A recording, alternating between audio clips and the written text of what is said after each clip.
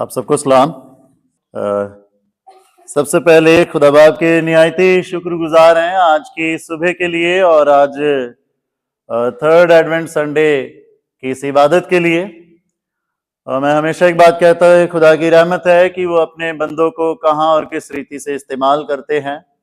और खुदा बाप की रहमत के साथ मैं आपके सामने एक बार फिर से उसके जिंदा कलाम के साथ आप सबके रूबरू हूँ। खुदा के शुक्रगुजार हैं और मैं शुक्रगुजार हूँ हमारे अजीज पासवान पादरी प्रिंस थॉमसन जी के लिए कि एक बार फिर से उन्होंने अपनी पुलपिट पे आप सबके साथ रूबरू होने का ये मौका दिया है। सब बातों के लिए प्रभु की महिमा हो और सब बातों में सिर्फ उसी का नाम जलाल, इज्जत और महिमा पाए।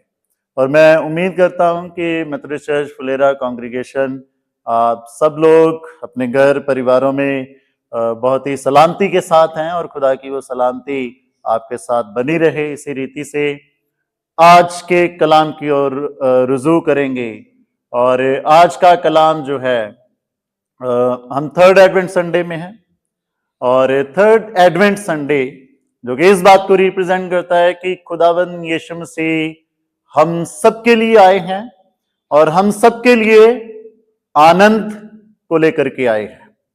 और अगरचे मैं बात करूं आनंद की तो एक सवाल है आप सबसे, कि ऐसा कौन सा आनंद था जिसकी इस दुनिया को जरूरत थी कि खुदावंद यीशु मसीह को वो आनंद बन करके आना पड़ा इस जहां में और जिस्मानी रूप लेना पड़ा।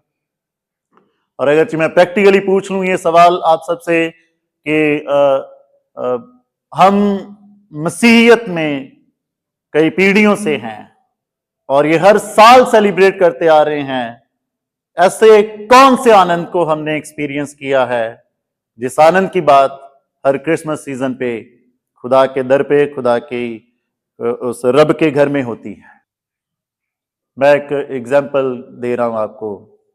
आज सुबह सुबह मैं और पादरी साहब हम बाहर थे, सुबह सुबह अर्ली इन द मॉर्निंग, और मैं इसी आनंद को लेकर के हम बात कर रहे थे। मैंने कहा भाई साहब मैं आपके साथ एक बात साझा करना चाहता हूं कि देयर वाज अ पास्टर, एक पास्टर साहिबान, और उनकी शादी को तकरीबन 3-4-5 साल हो गए और उनके कोई औलाद नहीं थी। और क्रिसमस सीजन चल रहा था और क्रिसमस सीजन के दरमियान ही उनकी वाइफ जो थी वो प्रेग्नेंट हुई। और 24 दिसंबर का दिन जो होता है वो मसीही समाज में क्या बहुत ही आनंद के साथ मनाए जाने वाला दिन है, क्योंकि हम मानते हैं कि 24 की रात को क्या हुए, यीशु मसीह पैदा हुए एंड ऑल दीज थिंग्स। वो मैं एक्सप्लेन नहीं करना चाहता। यू नो कि 24 तारीख का वो दिन, 24 दिसंबर का वो दिन, जब उनको पता चला कि उनकी वाइफ जो प्रेग्नेंट है उनको मिसकैरेज हो गया है।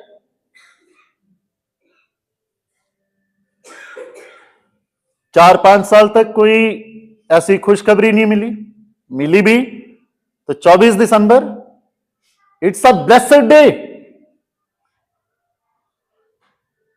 और पासवान और उनकी वाइफ जिनके जीवन में ये दिन आया इतने सालों बाद, एंड उसी दिन वो उनको मिसकैरेज हो गया और बाहर लोग जो हैं कलीसिया ढोल के साथ और तमाम तरह के आनंद के साथ सेलिब्रेशन में, और पादरी साहब की वेट कर रहे हैं कि भाई साहब will come and we will have a carol singing around the village और अपने कांग्रीगेशन के तमाम घरों में।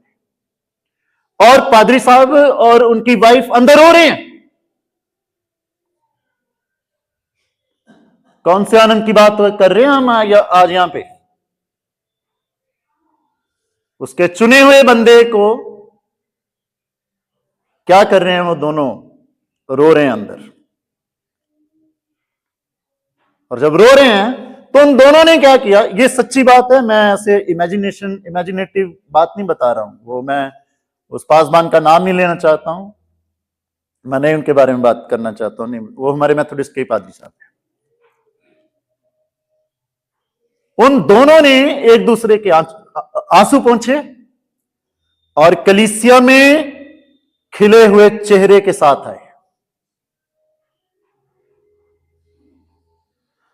आज भाई साहब ने दुआ करी उन परिवारों के लिए, वो जब उनके बारे में बताया, वो बच्चे छोटे हैं जिनके पापा गुजर गए हैं।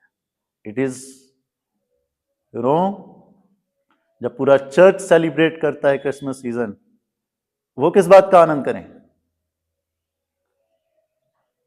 कौन से आनंद की बात कर रहे हैं? कौन से आनंद को यीशु मसीह लेके आए?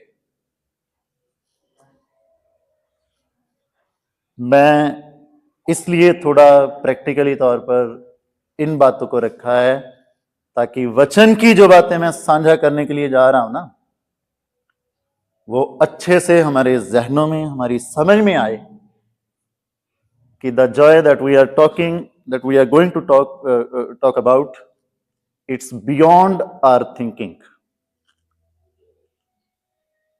अगर हमने उन कुछ सारी बातों को अच्छे से समझ लिया आज, तो हमें समझ में आएगा ये जो बातें, ये जो एग्जाम्पल्स मैंने रखी हैं, ये कितनी लाइट हो जाती हैं उस आनंद के सामने जो आनंद यीशु मसीह मेरे और आपके लिए लेके आए।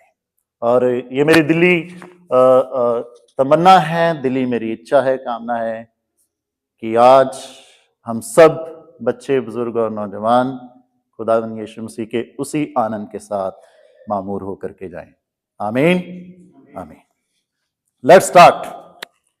तो मैं 3 तरह के आनंद की बात करूंगा जो यीशु मसीह हम सबके लिए लेकर के आए।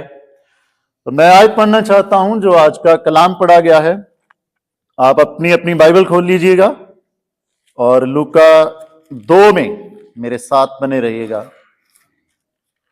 अपनी बाइबल खोल के ही रखिएगा, क्योंकि मैं हर जिस भी आनंद की बात करूंगा मैं वो बाइबल में से पढ़ाऊंगा और फिर उसको एक्सप्लेन करूंगा और प्रैक्टिकली कनेक्ट करूंगा कि वो कौन सा आनंद और कैसे हमारी जिंदगी में है। तो सबसे पहले जो बात मैं आपके सामने रखना चाहता हूं, 2:10 आयत पढ़ना चाहता हूं। यहां पर लिखा है, तब स्वर्गदूत ने उनसे कहा, मत डरो, क्योंकि देखो मैं तुम्हें बड़े आनंद का सुसमाचार सुनाता हूं जो सब लोगों के लिए होगा।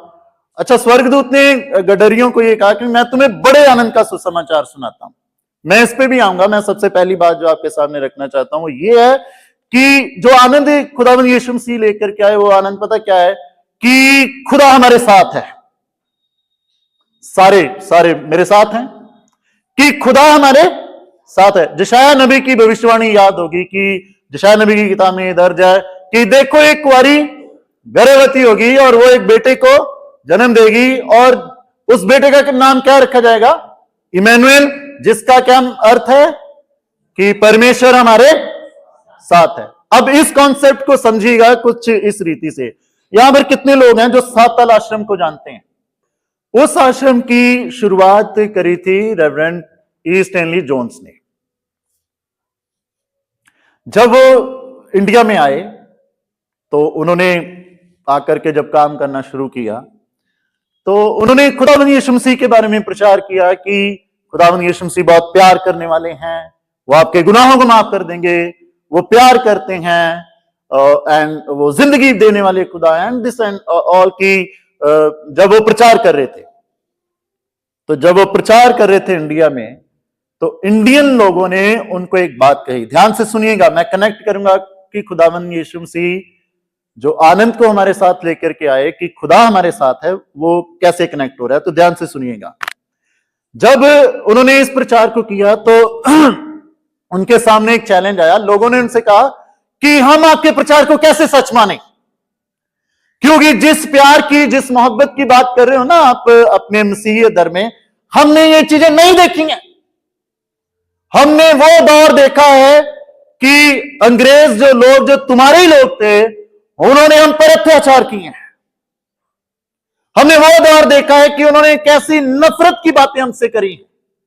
हमने वो दरिंदगी आप ही के लोगों में देखी है कि किस दरिंदगी के साथ उन्होंने हमें मारा, हमें कुचला, हमें परेशान किया, हम पर हर तरह के तसीहे दिए गए। तो किस मोहब्बत की बात कर रहे हो आप? कौन से खुदा की बात कर रहे हो आप? जब ये बातों का सामना करा तो पादरी स्टैनली जोन्स आराम से बैठ गए। आराम से बैठ गए और उनके दिमाग में यह बात आई कि अगर यीशु मसीह इंडिया में होते तो वो कैसे काम करते। ध्यान से सुनिएगा। तो उन्होंने एक बुक लिखी। वो बुक बहुत सारे थियोलॉजिकल कॉलेज में जो पादरी साहब बनते हैं उनको रिकमेंड की जाती है कि वो ये बुक पढ़ें, और उस बुक का नाम है क्राइस्ट ऑन इंडियन रोड्स, कि मसीह इंडियन रोड्स पे, यीशु मसीह इंडियन रोड्स पे। ध्यान से सुनिएगा। उस बुक में की खासियत क्या है। जब उन्होंने इन चीजों का सामना किया तो उस बुक का जो सेंट्रल आइडिया था वो मैं आपके सामने रख रहा हूं। उन्होंने ये कहा था कि पूरे भारत देश में जितने भी रिलीजन है, जितने भी धर्म है, जितने भी रिलीजन है, उनमें एक चीज कॉमन है, और वो चीज कॉमन ये है कि इंसान ईश्वर की खोज में या इंसान भगवान की खोज में है। सारे ध्यान से सुनिएगा। जितने भी भारत में, जितने भी इंडिया में धर्म है, उसमें क्या है कि इंसान किसकी खोज में लगा हुआ है? भगवान को खोजने में लगा हुआ है, राइट। पर उन्होंने उस बुक के द्वारा यह एक्सप्लेन किया कि क्रिश्चियनिटी में कुछ अलग है, और क्रिश्चियनिटी में अलग क्या है कि खुदा खुद इंसानों के पास आया। आप समझ रहे हैं मेरी बात को, कि इंसान, खुदा खुद क्या है, इंसानों की सर्च में इंसानों के पास खुद जिस्मानी रूप लेकर के आया, ताकि वो खुद इंसानों को, खुद ह्यूमैनिटी को, खुद पूरी मैनकाइंड को खुदा के पास लेकर के जा सके। और उन्होंने इस बात को जाहिर किया कि इस रीति से मेरा और आपका खुदा हमारे साथ है। अब जहां से जो 10वीं आयत मैंने पढ़ाई है, इसके साथ कैसे कनेक्ट होता है। गडरियों, आप जब ये क्रिसमस से रिलेटेड जितने भी नैरेटिव्स पढ़ेंगे, क्रिसमस से रिलेटेड, यीशु मसीह के जन्म से रिलेटेड जितने भी नैरेटिव्स पढ़ेंगे, चाहे मत्ती में, लूका में, जितने भी नैरेटिव्स पढ़ेंगे, हर नैरेटिव में आप एक बात को देखेंगे कि फरिश्ते ने आनंद का समाचार सुनाया, पर सिर्फ गडरियों को कहा कि मैं तुम्हें बड़े आनंद का सुसमाचार। क्यों? मरियम के पास गया, उसको भी बोला कि ठीक है, आनंद की बात है। जहां जहां भी गए आनंद की बात करी फरिश्तों ने, पर गडरियों को स्पेसिफिकली ये बात कही कि मैं तुम्हें बड़े आनंद का सुसमाचार सुनाता हूं। क्यों भाई? इनके लिए बड़ा आनंद क्यों? इनके लिए ही बड़ा आनंद क्यों? तो यहां पर समझना पड़ेगा हमें गडरियों का हिस्टोरिकली बैकग्राउंड इजराइल कॉन्टेक्स्ट में। अब हमें पता है कि जब हम पूरी बाइबल को देखते हैं तो बाइबल में एक जो काम है वो बड़ा कॉमन देखते हैं, वो है भेड़ों को चराना या पशुपालन का काम जो है। अब जब गडरिये क्या कर रहे हैं, रात को अपने अपने झुंड की क्या कर रहे हैं, रखवाली कर रहे हैं। तो यहां पर एक बहुत ही हिस्टोरिकली बात सीखने की है, जहां से ये वचन आज का कनेक्ट होगा, और वो ये है, उस टाइम जरूरी नहीं होता था कि हर एक के पास ही बहुत सारी भेड़ें हैं। कुछ ऐसे शख्स भी होते थे कि जिनके पास बहुत सारी भेड़ें हैं, बकरियां हैं, पशु हैं, तो उन्होंने बंदे हायर किए होते थे। उन्होंने लोगों को काम पे रखा होता था कि तुम हमारी इन भेड़ों की, तुम हमारे इन पशुओं का क्या करोगे, देख रेख करोगे। अब ये जो क्या है, ये लोग जो हैं, ये अपने उन काम पे हैं, ये किसी के एम्प्लॉई हैं, ये कि कुछ ऐसे अमीर लोगों के रखे हुए क्या कह सकते हैं, उनके मजदूर भी कह सकते हैं, ऐसे चरवाहे मजदूर हैं। और वो रात को बैठे हुए क्या कर रहे हैं, रखवाली कर रहे हैं। और इनको क्या कहा अंक करके कि मैं तुम्हें बड़े आनंद का सुसमाचार सुनाता हूं। कैन यू बिलीव कि रात की ड्यूटी बहुत ही आसान होती है। बहुत सारे होंगे यहाँ पे जो नर्सिंग स्टाफ होंगे, द मोस्ट डिफिकल्ट ड्यूटीज वो जो रात की ड्यूटी रहती है। जब पूरे 12 बजे के बाद पूरा नींद से क्या हो जाता है, पूरी नींद से आंखें भरी होती हैं, पर फिर भी क्या करना है, पानी मारो, कुछ करो और आराम से अपनी ड्यूटी करो। They are facing such problem. और इन्हें आकर के क्या कहा, और मैं सिर्फ यही नहीं बात कह रहा हूं कि क्योंकि ड्यूटी को लेकर के, क्योंकि ये वो लोग थे जो अपनी गरीबी से, अपनी लाचारी से, अपने जीवन में आई इन कमियों की वजह से, क्योंकि परिवार को कैसे भी करके पालना है, परिवार को कैसे भी करके उनकी रोजी रोटी का इंतजाम करना है, और रात के लिए आसान नहीं होता था। जंगली जानवर भी रात को निकलते थे देख करके, और इनकी सारी जिम्मेदारी होती थी। ये बहुत बहुत ही मतलब जीवन को एंजॉय करने वाले लोग नहीं थे, मजबूरियों में फंसे हुए थे, क्योंकि परिवार को पालना है, परिवार की देख रेख के लिए आगे बढ़ना है, हमें यह काम करना ही पड़ेगा। और इनके पास आकर के क्या कहा कि मैं तुम्हें बड़े आनंद का क्या करता हूं, सुसमाचार, मैं तुम्हें बड़े आनंद का सुसमाचार सुनाता हूं। Now let me connect, practically connect करूंगा, तब और भी बेहतर रीति से समझ में आएगा। हमारे जीवन में बहुत सारी कमियां हो सकती है, जैसे मैंने वचन की शुरुआत में एग्जाम्पल दी थी कि वो पादरी साहब के लिए और उनकी मिसेज के लिए आसान नहीं था जो कमी उनके पास आई है। खुश होंगे कि इस क्रिसमस पे खुदा हमें क्या कर रहा है, बरकत दे रहा है, पर 24 के दिन ही क्या हो गया, आसान नहीं था, आसान नहीं था। और यहां पर खुदा का कलाम आता है कि मैं फिर भी तुम्हारे क्या हूं, साथ हूं, मैं फिर भी तुम्हारे साथ हूं, और मैं इसलिए आया हूं ताकि तुम्हें किसी चीज की कमी, वो कहते हैं ना कि पंजाबी में एक बहुत ही अच्छी बात बोलते हैं कि खुदा ना किसी को मारे, बंदे के मारे बंदा नहीं मरता।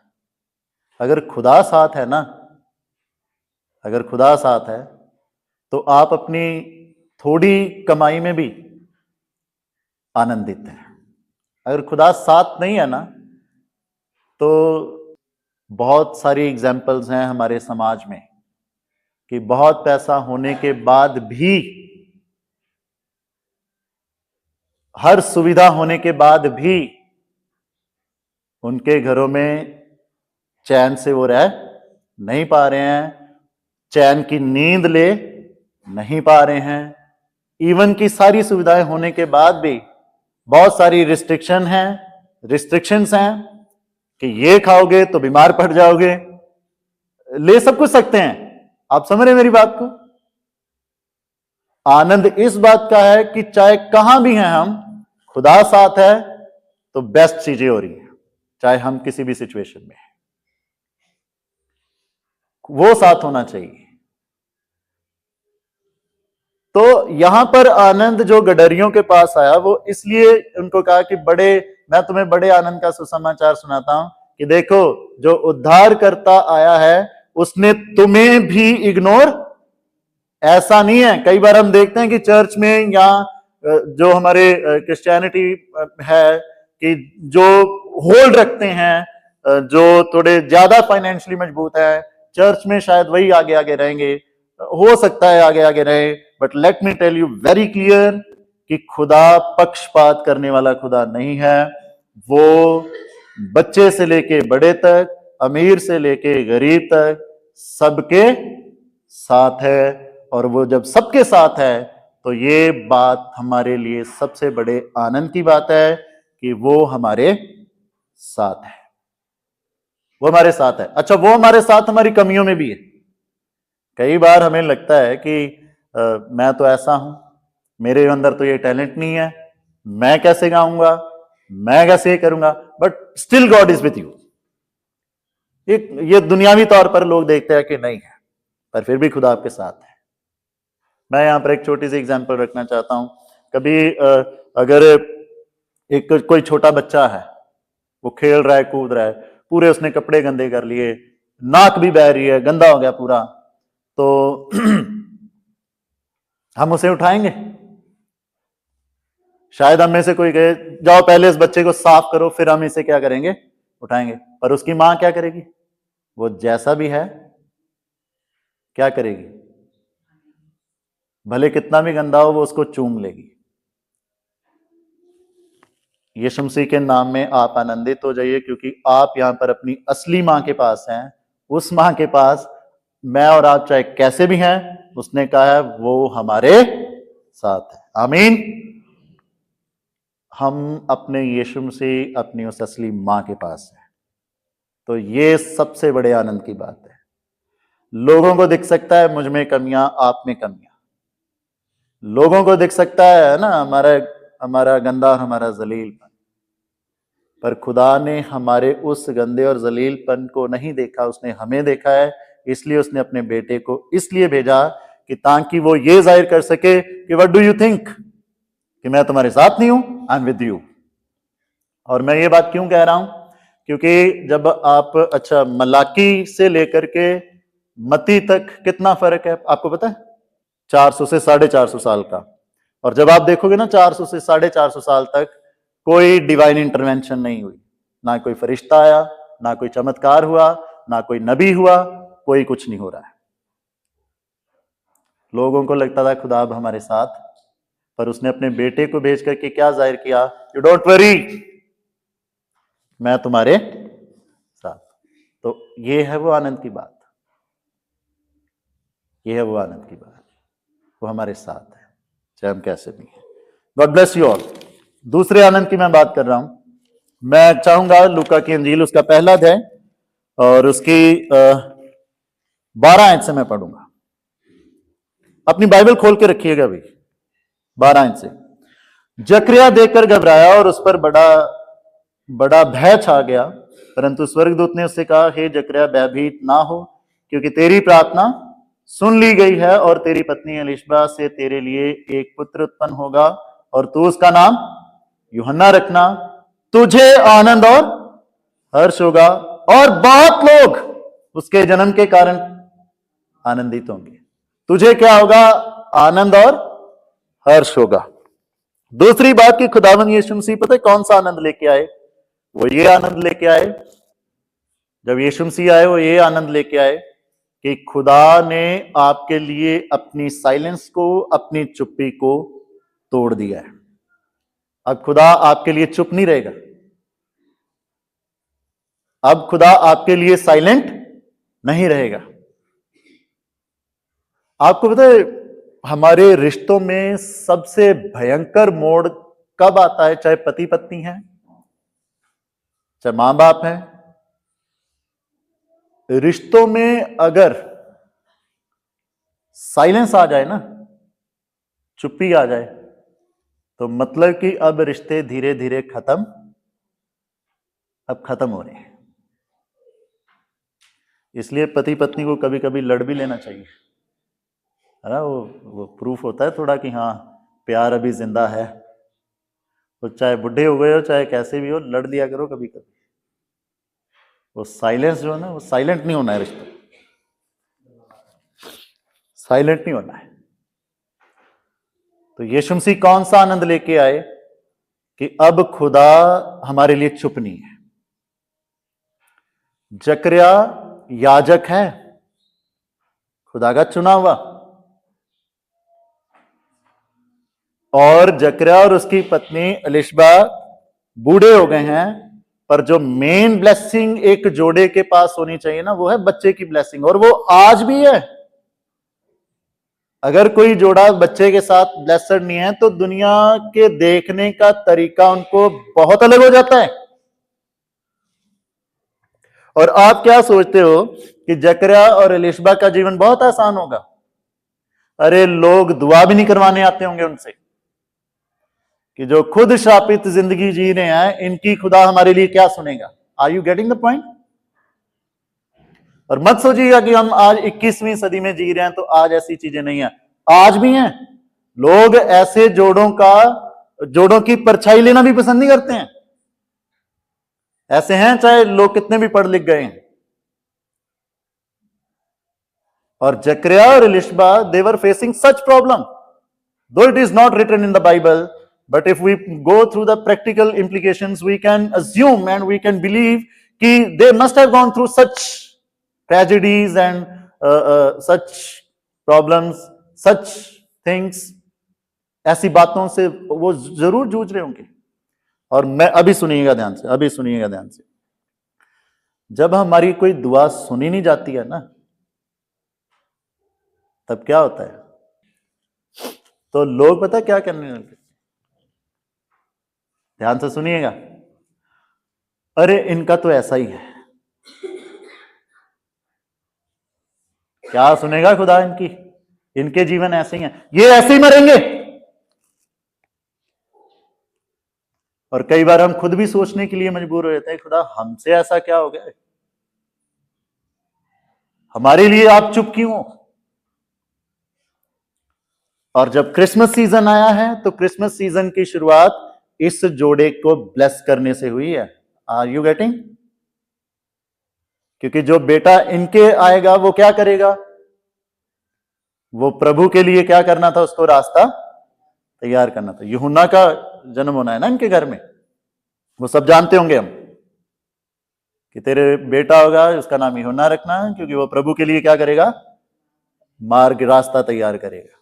तो क्रिसमस की शुरुआत यहां से हुई है, उस जोड़े से हुई है जो बूढ़े हो चुके हैं, जिनके जीवन में उम्मीद खत्म हो चुकी है, जिनको लग रहा था कि बेशक मैं चर्च में याजक हूं, पर फिर भी मेरे लिए खुदा क्या हो चुका है?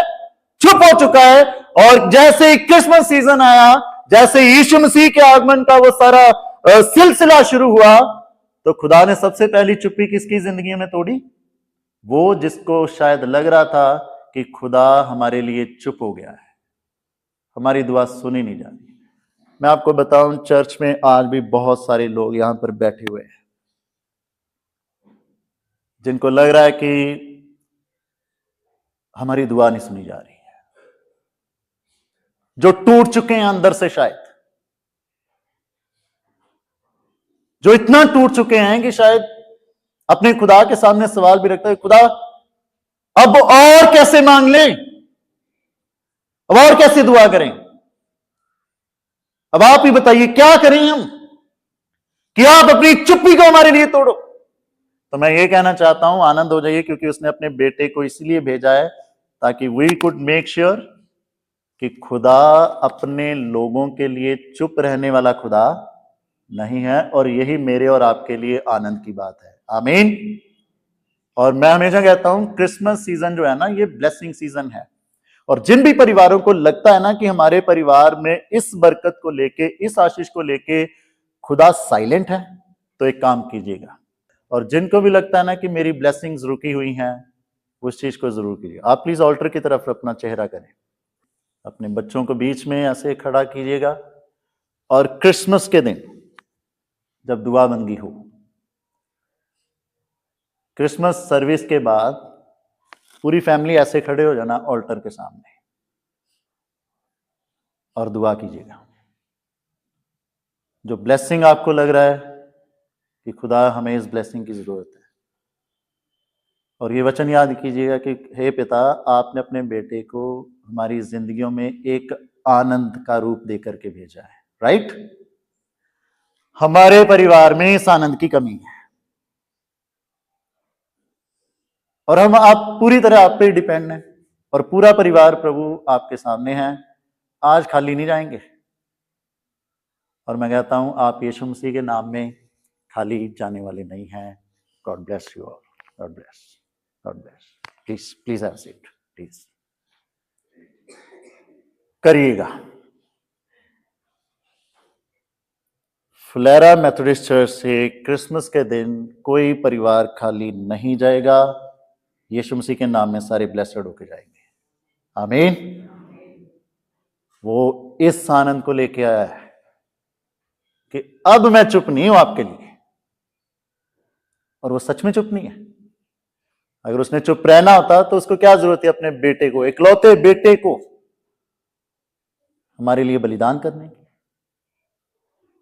चल रहा था काम, चलता रहता, पर उसको काम चलाना नहीं है, उसको बरकत देनी है। वो जीवन देने वाला खुदा है, और अपने बेटे को बहुतायत का जीवन देने के लिए हम सबके लिए भेजा, और यही हम सबके लिए आनंद की बात है। इस आनंद को रिसीव कीजिएगा क्रिसमस के दिन। ऐसे ही मत चले जाइएगा कि हो गई क्रिसमस सर्विस, लोग कॉफी और केक और बस जाते जाते मीट शीट लेके जाओ, और उस आनंद को मिस मत करना। यीशु मसीह को यही मत छोड़ के चले जाना, उसको साथ लेके जाना, और पूरे परिवार के साथ। तीसरी और आखिरी बात देख लें, क्या मैं बस करूं? देख लें, हाँ देख लेते हैं, क्योंकि मैं वो जल्दी से बता दूंगा। I will not waste much time. Okay, पहला अध्याय उसकी 28 और 29 आयत, लूका। यहां लिखा है, स्वर्गदूत ने उसके पास यानी कि मरियम के पास भीतर आकर कहा, आनंद और जय तेरी हो, जिस पर ईश्वर का अनुग्रह हुआ है, प्रभु तेरे साथ है, प्रभु तेरे साथ है। अच्छा, यहां पर स्वर्गदूत ने मरियम को बोला है कि आनंद और जय तेरी। पता है यीशु मसीह कौन सा आनंद लेके आए? तीसरा जो आनंद जिसकी बात मैं कर रहा हूं, वो ये आनंद हम सबके लिए लेकर के आए।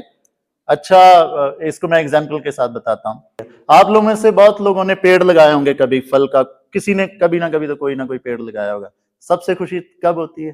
सबसे ज्यादा खुशी उतनी ज्यादा खुशी पेड़ लगाने में नहीं होती जितनी खुशी जब उसको फूल या फल आते हैं तब होती है।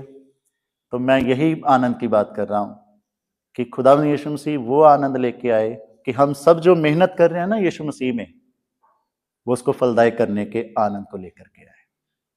और यहां पर जो बात हो रही है माता मरियम की, माता मरियम को स्वर्गदूत ने आके कहा, आनंद और जय तेरी हो। क्यों भाई? क्यों? क्योंकि पूरी दुनिया में सिर्फ वही एक औरत है, वही एक लेडी थी, वही एक ऐसी शख्स थी जो खुदा को लायक दिखी कि मेरा बेटा इसकी कोख में से जन्म ले। क्यों?